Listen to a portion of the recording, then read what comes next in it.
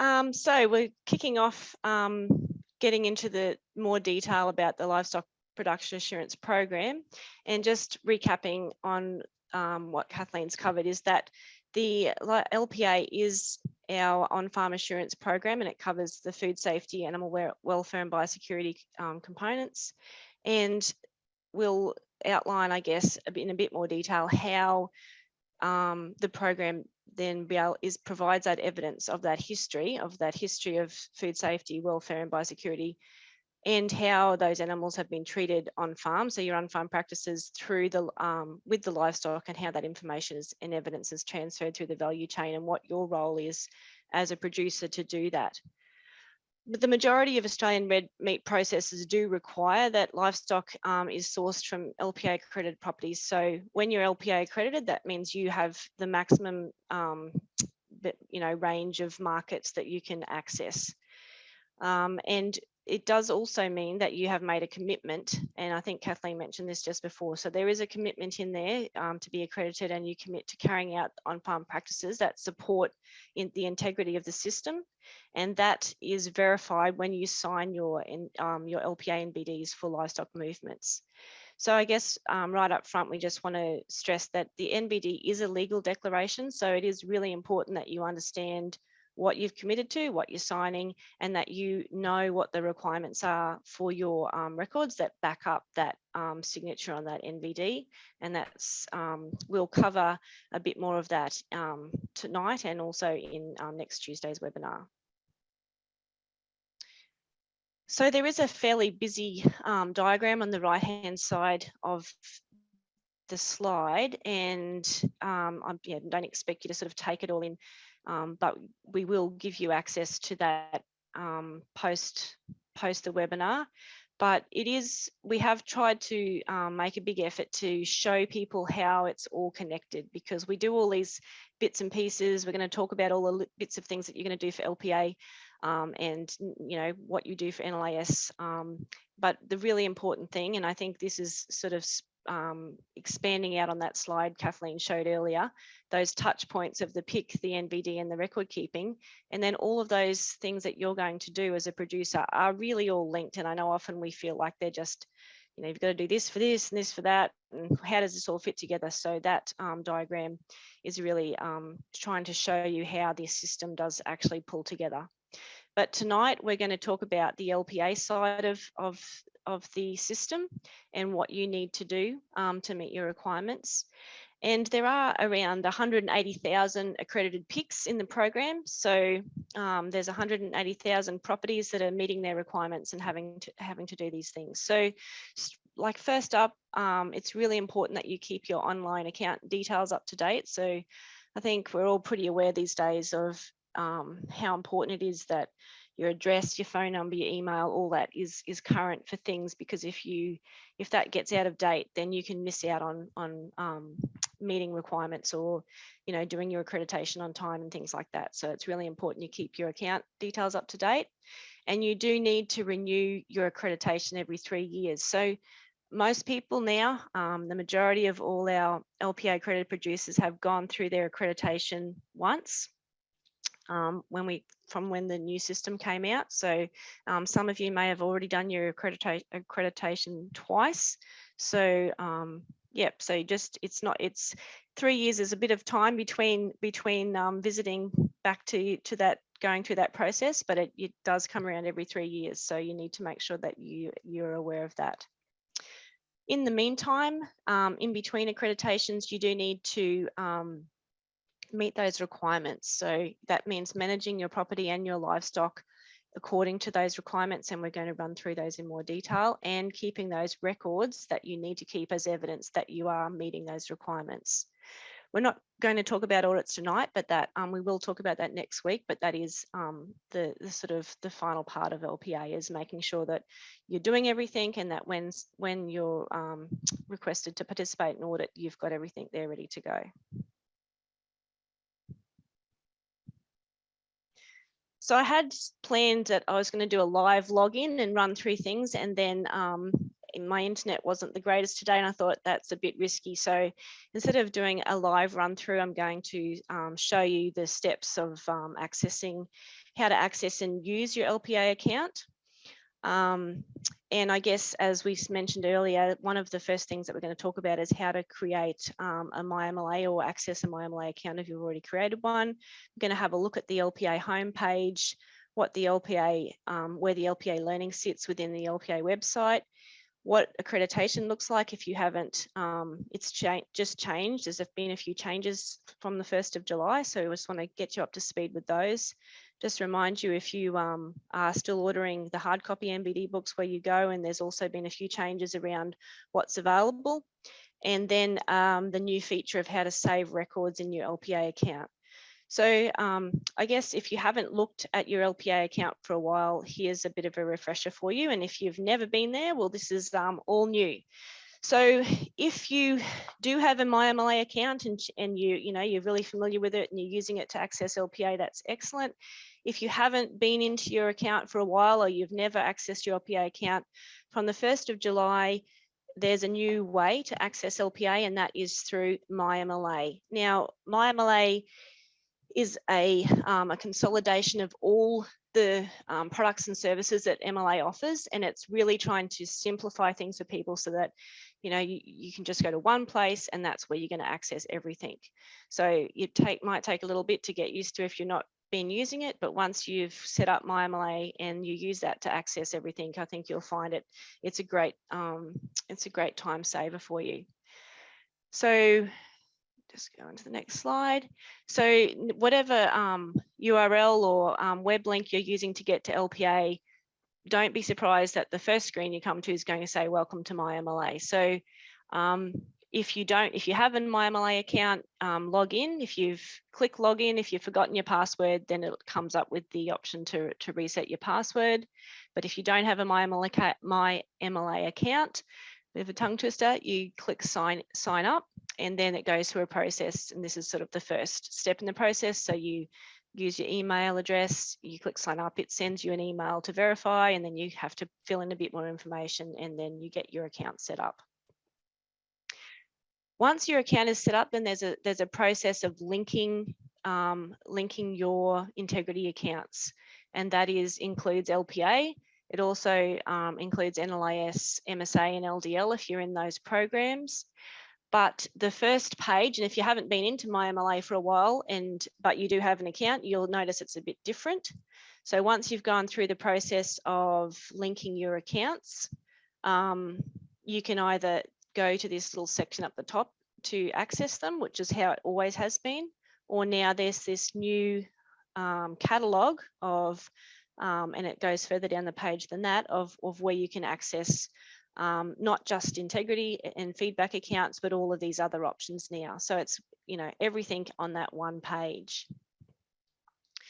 And once you click this little drop down button, that's what it expands out to, and this is access the NVDs, buy your books, blah blah blah. All of those things come up, and you can just click on those links to get straight through.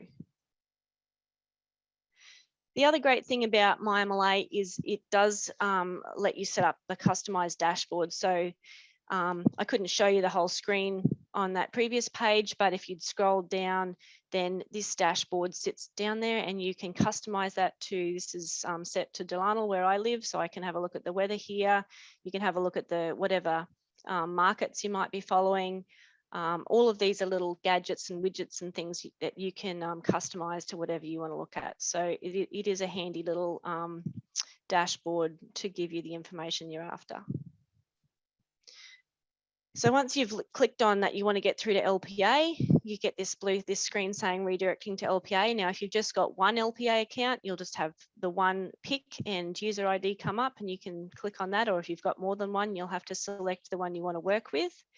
And then you'll get to the home screen, which has an option to get back to the MyMLA dashboard, and it's got all your menu items up here. Now, if you haven't been in for a while, if your accreditation is due, then you're probably going to have some alerts sitting up at the top. So these alerts, most of them are dismissible. So once you've had a look at them, you can just click the little X and say, yep, I've read that. I don't need to have that sitting on my homepage anymore. But the ones that don't have the little X mean that you have to do something to get rid of them. And the main one is that your accreditation is due. So I've just taken this off one of our test accounts. And once your accreditation is overdue, the only way that you can then access anything else in the account is to complete that accreditation. Just excuse me. So that's how you deal with the alerts. This one, some people come in and find that they haven't completed animal welfare training, and we'll talk about that soon, but that is something that you do need to do because it is required for an audit. So you don't have to do it immediately, but it's just going to sit there until you've completed that, reminding you that that's something that you need to do.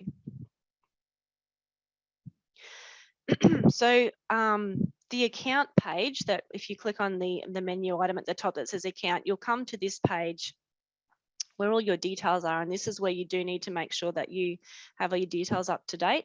So we're also now requiring an ABN just so that we can verify, cross-verify things.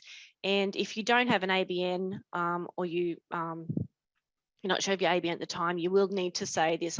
You will need to tick this box to say that you don't have one.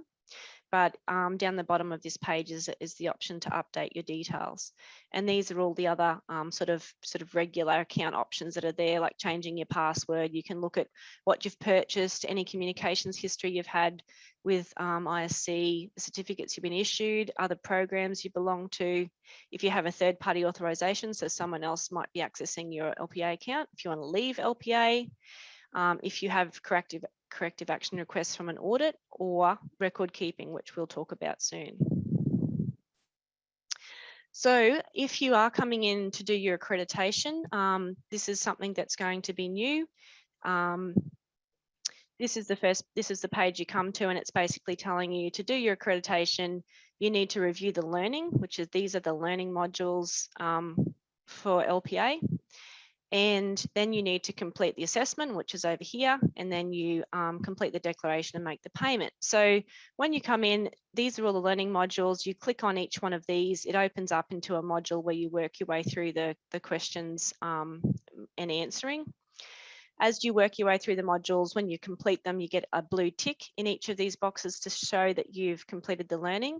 And you don't have to complete the learning to go and do the assessment. It's really highly recommended. It is required if you are a brand new accreditation, but you must complete this one. It's not going to force you to do it, but it is required if you get audited. You do need to show that you've gone through that module, because that is the training to show that you understand your requirements under animal welfare. And if you don't do it, you're going to get that alert on your homepage permanently sitting there saying you haven't done this yet. So make sure you do that one. Come over to the assessment and declaration.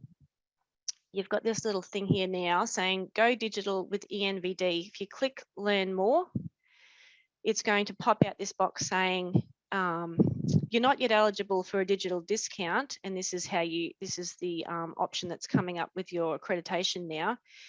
But basically, if you do want to have a cheaper accreditation, you need to access ENVD. So you're only going to get this coming up on your accreditation page if you've never used ENVD before. If you've used ENVD, this won't come up.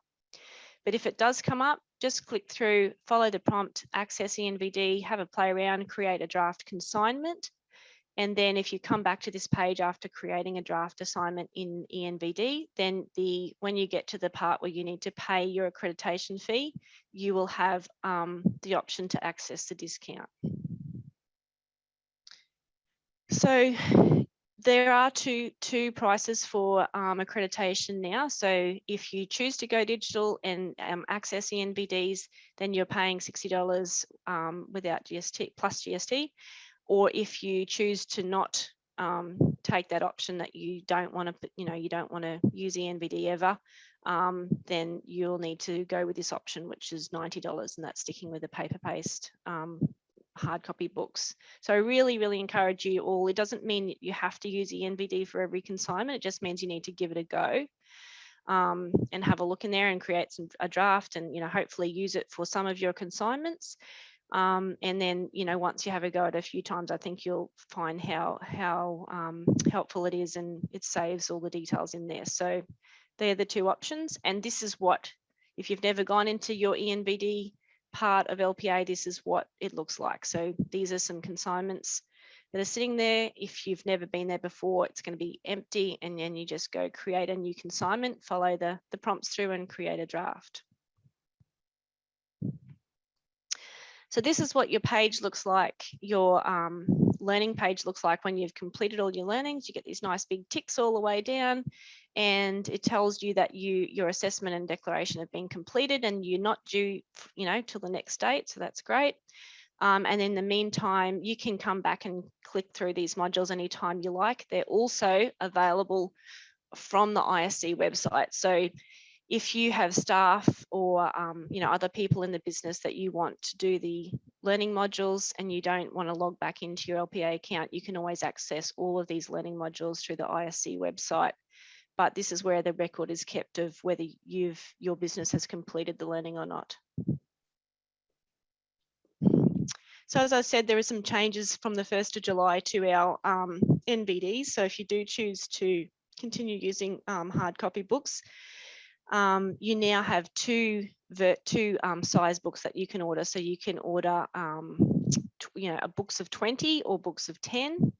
And if you're also MSA accredited, your MSA declarations are now included in your LPA NBD books. So you just get them, they're free. And so you pay the same price whether they're LPA and MSA or just NBDs. So you get those in two sizes as well. Now, if you do decide to become MSA and you're not already, just make sure you get your MSA accreditation done before you go and order the book, because if you don't, then you'll have to buy the MSA declarations. Like if you've already paid for your MBD book and then you go and do your declaration, your MSA accreditation, and then come back in, you'll have to then buy another book. So if you're going to do your accreditation, you're thinking about MSA, do it at the start before so you can get this free option of your MSA decks. Otherwise, you'll have to purchase a separate MSA declaration book. Okay, so that was a pretty quick look at what the website looks like, and all of the website, the whole reason it's there and those learnings is to make sure that you can demonstrate that you're meeting the requirements for LPA. And as we've said a few times, we're going to talk about the first three tonight, which is property risk assessment, safe and responsible animal treatments, and stock foods, fodder crop, grain and pasture treatments. And all of the requirements for all of the requirement areas are outlined in the ISC on the ISC website, and there's also a link to the guidebook. And also, as I've said, the LPA learning takes you through all the detail that's required. So we've mentioned it a few times, but for every requirement area, as we talk about them, we're going to talk about the record keeping, because that's how you demonstrate that you're doing it. So you need to be doing it, but you also need to be recording it so that you can show that you're doing it. So that now has brought us through to when we're going to get into a bit more detail about what are the actual records or the details of the records you need to keep for the requirement areas. And we're going to look at requirement 1, which is about property risk assessments. So, I mean, the real basis of LPA is food safety. Like, that's number one. We're supplying food to customers and consumers. We really need to know that food's going to be safe. And that is really why it's important, because we need to make sure that the livestock that we're producing have not been exposed to anything that's, sites on your property that are unacceptably contaminated. For example, with persistent chemicals such as dip sites or physical contaminants, because there is always risks that could happen, and we really need to manage those risks. So I know it sort of sounds very sort of formal, doing a risk assessment, but really it's just about making sure that the meat that you produce from your farm is going to be safe, and that's really important. There are common sort of risks that happen on farms, and you do need to think about all of these. You need to document them and file them, and you need to have a map that shows where those risks are on your property. And you do need to update the risk assessment, you know, if something changes. So like you might buy some more land, or you might have a change of how you manage something on your property. So you need to think about when something changes, have you considered if there's any risks in that change? So we'll just go on to how you record that. So as I said, you do need a map, and you know, the map can be, some people have beautifully created maps that are satellite images, images taken, photographs of their, or they can be a hand-drawn map just like this one. So it doesn't need to be, you know, it's just got to be able to identify where the risks are, identify what paddock they're in, and so that you can then link that map to your assessment of that risk and how you're managing it. So once you've got your map, then you need to have some kind of documentation that then relates to the risks you've identified. So for example, a very common risk on a lot of properties is a rubbish dump, because we always have sort of gear and, you know, old bits of machinery and stuff that sort of accumulates, but you need to make sure that you've managed that risk, and generally the easiest way is to fence the dump out and make sure that the gates are always kept closed. Another common risk is having old plunge dips or spray races and things like that, or, you know, areas that have been treated for termites, and you just need to have a way that you're managing that risk. So you're either done soil tests and made sure that the residue risk isn't there, or you have fenced those areas out and you're keeping stock away from those areas you know that are contaminated. Another common thing is that animals have access to sheds, old buildings, you know, old vehicles, where there could be lead, there could be batteries, there could be sump oil, it could be dog food, chook food, all of those things where livestock really they can't have access to those things because they are all risks. So you need to identify that as risk and how you're managing it. Now, the cool thing about property risk assessments is that this is one of the ones that you can complete completely digitally in your LPA account. So if you're in your account and you say you want to create a property risk assessment, you can, if you have a current one and you don't want to go through the process of doing it all again, you can upload it by just saying, I want to upload a digital copy of one I've already got, or you just work your way through this little screen. You put in the risks, say, for example, rubbish dump, why the reason you've identified the risk, because there's, you know, potential for livestock to access contaminants such as lead, batteries or sump oil, and then how you're managing it. You've fenced the dump off, and you know, and livestock no longer have access, and it's in your staff training records, your staff induction, that all staff know that the gates to the dump are always to be kept closed. You do need to make sure, if you're going to go through this option, that you upload a property map. So you just click on this and it asks you to, you know, what file, find the file that of your property map, you upload that. If you've already got a property management plan, you might want to upload that. If you've had, you've received samples, the results of soil samples back to show that there is no contamination in old dip sites or whatever, or that there is and that you're managing it, you can click on that and upload that, or any other documents that you might have. You can just upload them all and they all sit in with this risk assessment, and then you can just work your way through and add as many risks as you like. So I just think it's a really handy way, and it just means everything's there in case of an audit. The second LPA requirement area we're going to discuss tonight is safe and responsible animal treatments. And, you know, why is it important? Well, because again, it's very much on the same vein, is that we need to make sure that You know, we do need to treat animals from time to time for pests and for, you know, veterinary reasons, but we also need to make sure that there is no risk to people that are going to consume the meat. So it's really important that we are doing this responsibly, which means we have processes, we have training, we're keeping records, we're making sure the equipment that we use is clean and calibrated so that when we say we're applying 2 mils, we are applying 2 mils, or 30 mils, it's 30 and not 60.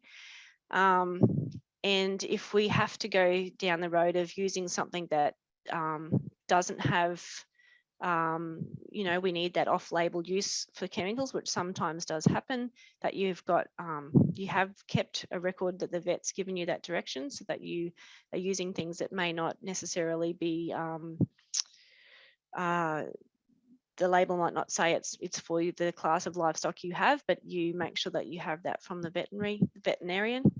And it's also important if there's physical contaminants, which, you know, are not that common, but if you do get a broken needle in an animal, then that needs to be recorded, because that is a contamination in the meat. So that would need to be, that information needs to be passed along with that animal, so that when it's eventually slaughtered, that they know that that contamination is an issue. The big one, I guess, that we need to make sure everyone's aware of is the HGPs, because it's, you know, there is a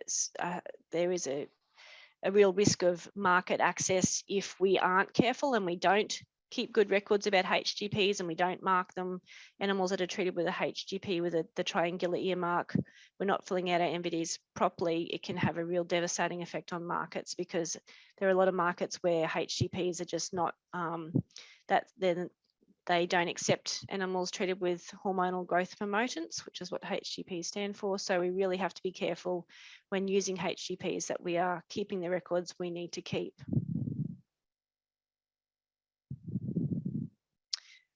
And this is one of the templates that you can use. So you can download this from the ISC or the LPA website as a PDF or a Word document, and then you can fill it in if you want to. You could just, you can also download it as an Excel spreadsheet, or you can create your own spreadsheet as long as you're keeping all of the information that's required here. So you need to make sure that you have the treatment date, you know, what livestock were treated, that you can identify them as a herd or what class of livestock, what the product was, the batch number, expiry, the dose rate, who treated them, is there a withholding period, is there an export slaughter interval, what was the date that they were safe for slaughter if there was one, was there any adverse reactions, was there any broken needles, and was the equipment calibrated and cleaned, and who did that. It is sometimes hard to gather this information if you don't have a plan about it before you do it. So when you're buying in products and you throw the box away or you throw the labels away and you haven't recorded the batch number, that can be really annoying. So either make sure you take a photo on your phone, like that's a good way to keep records, so that you've got the batch number and expiry date. Or the other thing you can do is if you've just ask your supplier to add the batch number expiry date to the invoice, and so therefore you can always go back and have a look when you bought that product, and you'll be able to pick that up from there. So just make sure you have a way of keeping that. Part of those records that are, you know, to do with this requirement, which is making sure that you're using safe and responsible animal treatments, is keeping an inventory of all the chemicals and vet chemicals that you use, so that you're very on the ball with when things are going to be out of date or when they're going to expire, and that you know what you've got in the shed, and you're keeping a good track of that.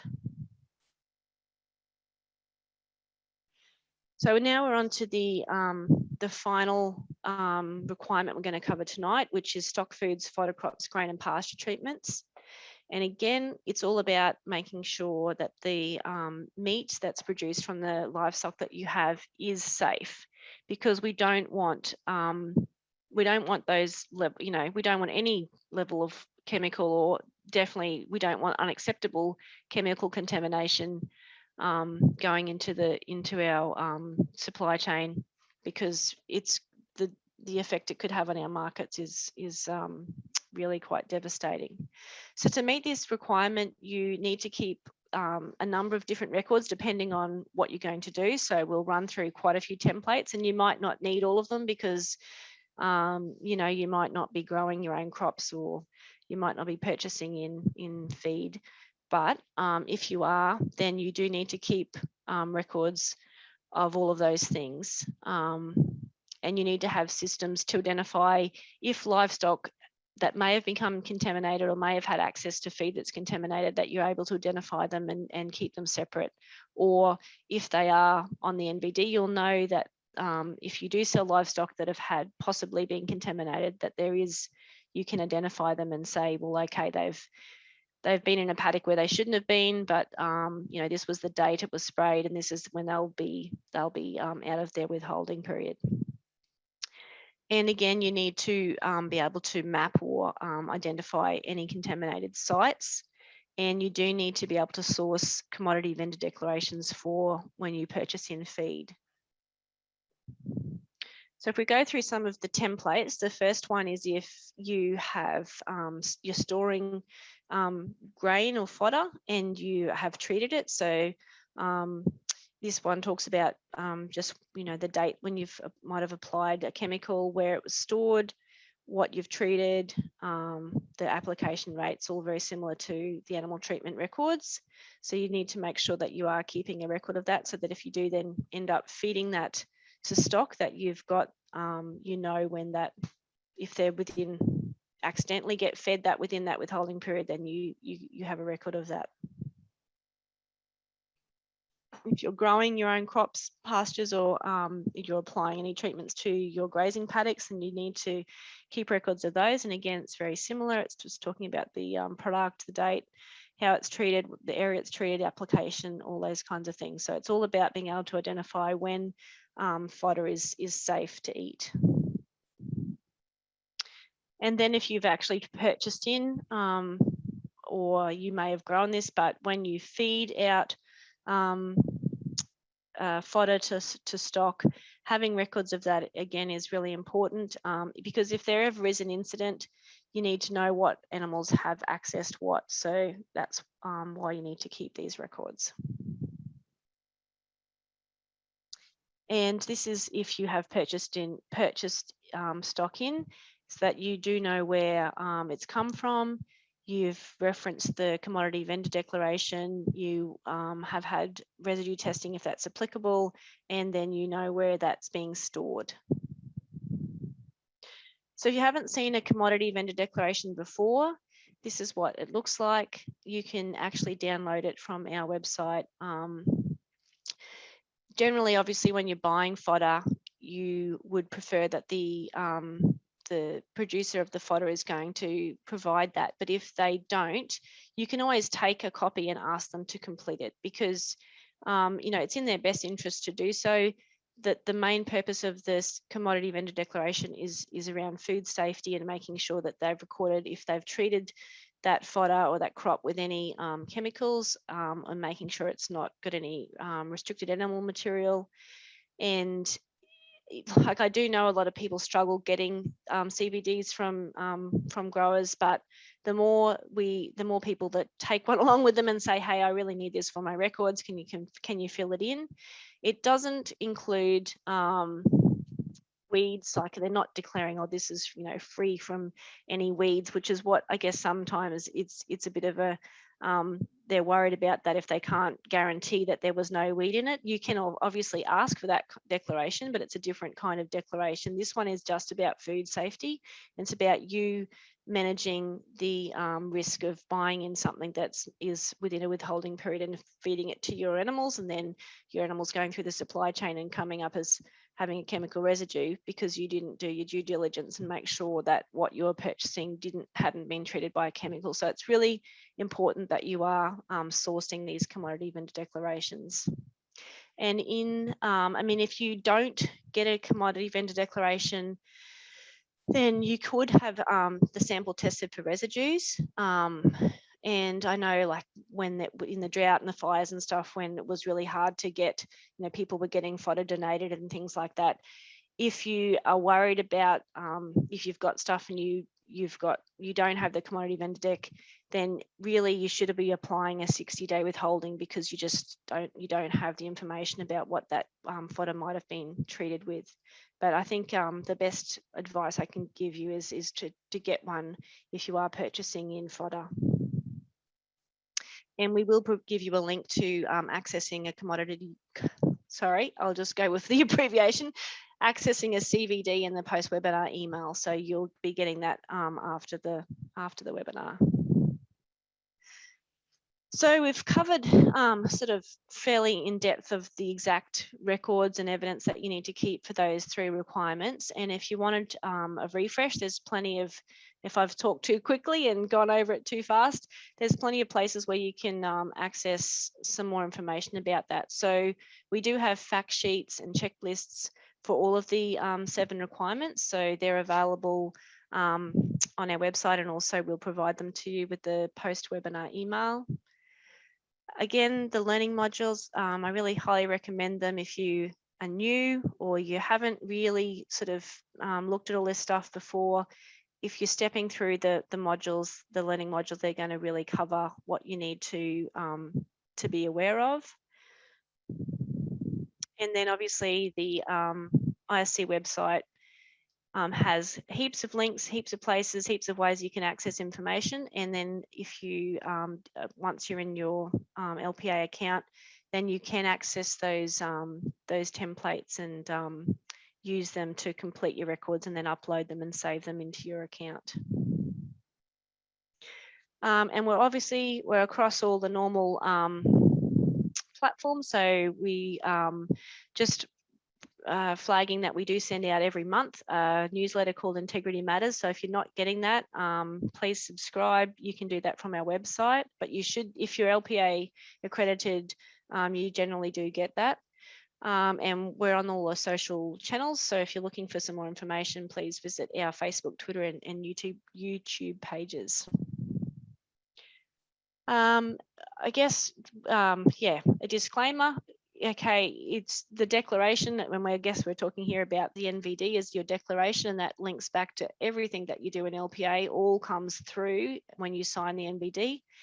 When we can't do it for you, that's your declaration, but we are here to help. So please make sure that you take advantage of all the help and information that we can provide you.